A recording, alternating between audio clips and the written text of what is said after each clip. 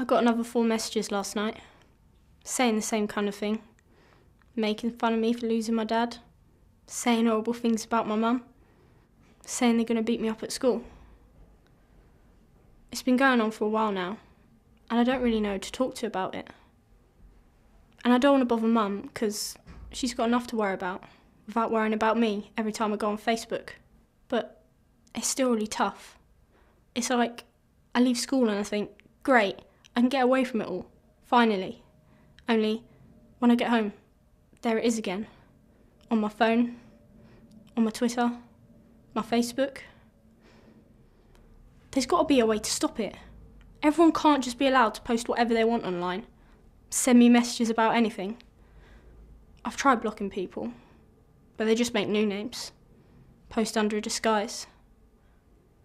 People worry about curbing freedom of speech, but should people be able to post anything they want to say online, even when we know it could be seen as hurtful or abusive?